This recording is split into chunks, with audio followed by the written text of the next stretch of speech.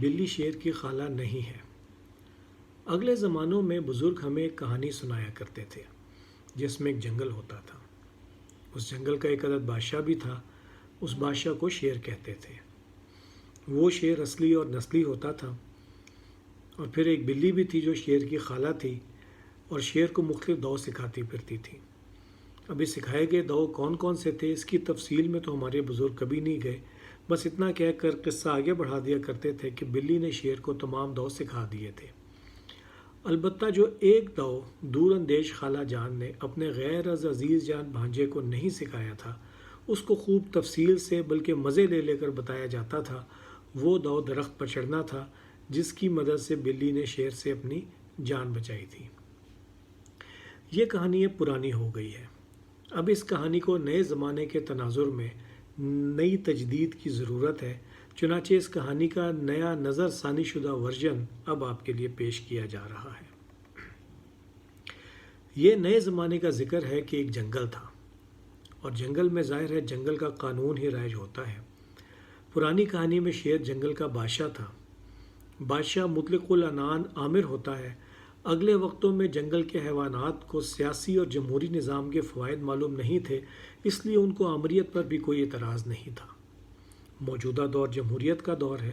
جمہوریت نام کی بھی ہو تب بھی اس میں آمریت کی گنجائش نہیں ہوتی۔ اس جنگل میں مگر جنگل کا قانون رائج تھا، اس لیے اصل اقتدار اس کے پاس ہی ہوتا تھا جو طاقتور ہوتا تھا۔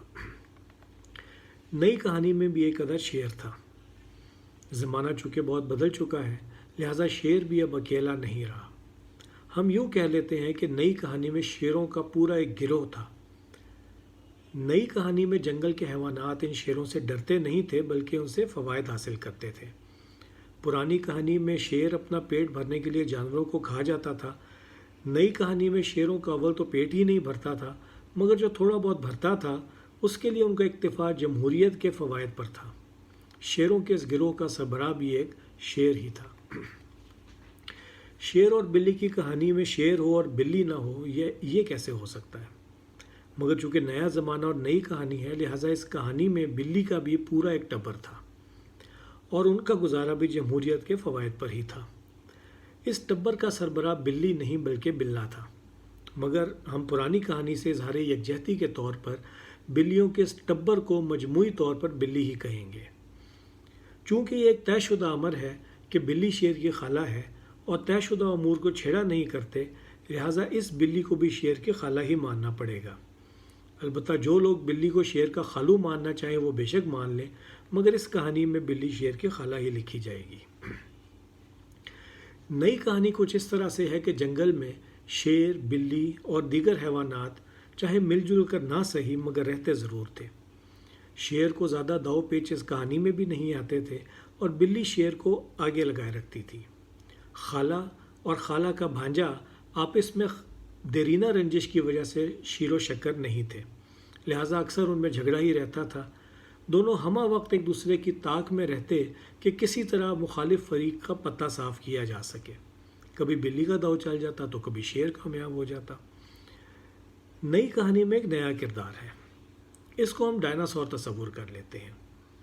ڈائناسور اس جنگل میں رہ تو شروع سے رہا تھا، مگر اسے اپنی قوت کا صحیح معنوں میں اندازہ بہت بعد میں جا کر ہوا۔ جب ڈائناسور کو معلوم ہو گیا کہ وہ اس جنگل میں سب سے طاقتور ہے تو اس نے جنگل پر قبضہ کر لیا۔ ڈائناسور جب اقتدار پر قابض ہو گیا تو شیر اور بلی کو بڑی پریشانی ہوئی۔ اپنے پیٹ پر لات کوئی برداشت نہیں کرتا۔ جمہوریت کے فوائد ملنا بند ہوئے تو بلی اور شیر کو اپنا پرانا رشتہ یاد آ گیا، اور انہوں نے از سر نو رشتہ داری استوار کرنے کا فیصلہ کیا۔ شیر اور بلی کی مفاہمت سے ڈائناسور کو پیچھے ہٹنا پڑا۔ ڈائناسور بھی مگر ہوشیار تھا۔ اس نے جنگل کے ایک مضبوط درخت کی لکڑی سے ایک ڈنڈا تیار کیا۔ جنگل کے حیوانات ڈنڈے کو قبول کرنے کے لیے راضی نہیں تھے، لہٰذا ڈنڈے کو قابل قبول بنانے کے لیے بلے کی شکل دے دی گئی۔ جب بلے کی شکل میں ڈنڈا برسنا شروع ہوا تو شیر اور بلی سٹ پٹا گئے۔ اپنی بقا کی جنگ میں بلی سے ایک بہت بڑی غلطی ہو گئی، اور بلی نے شیر کو وہ آخری داؤ بھی سکھا دیا جو اس کی بقا کا ضامن تھا۔ جب شیر نے بلی کے تمام داؤ پیچ سیکھ لیے تو شیر بلی پر حاوی ہوتا چلا گیا۔ بلی اپنی بقا کی خاطر نیچے لگتی چلی گئی، اور شیر بلی پر اس قدر حاوی ہو گیا کہ بلی شیر کی خالہ کی بجائے شیر کی زوجہ لگنے لگی۔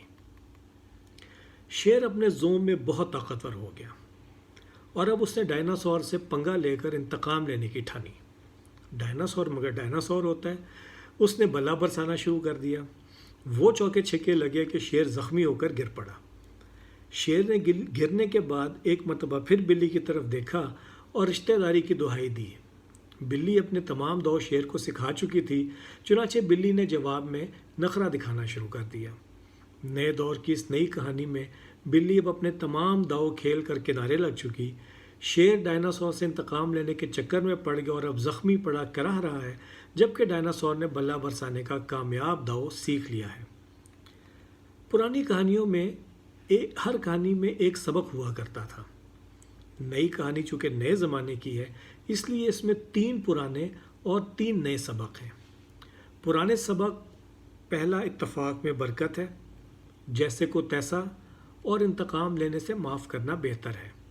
اور 3 نئے سبق جو اس نئی کہانی سے حاصل ہوئے ہیں وہ یہ ہیں کہ پہلا تو ڈائناسور کو بلا برسانا آتا ہے، دوسرا یہ کہ شیر اب جنگل کا بادشاہ نہیں رہا، اور تیسرا یہ کہ بلی اب شیر کی خالہ بھی نہیں رہی۔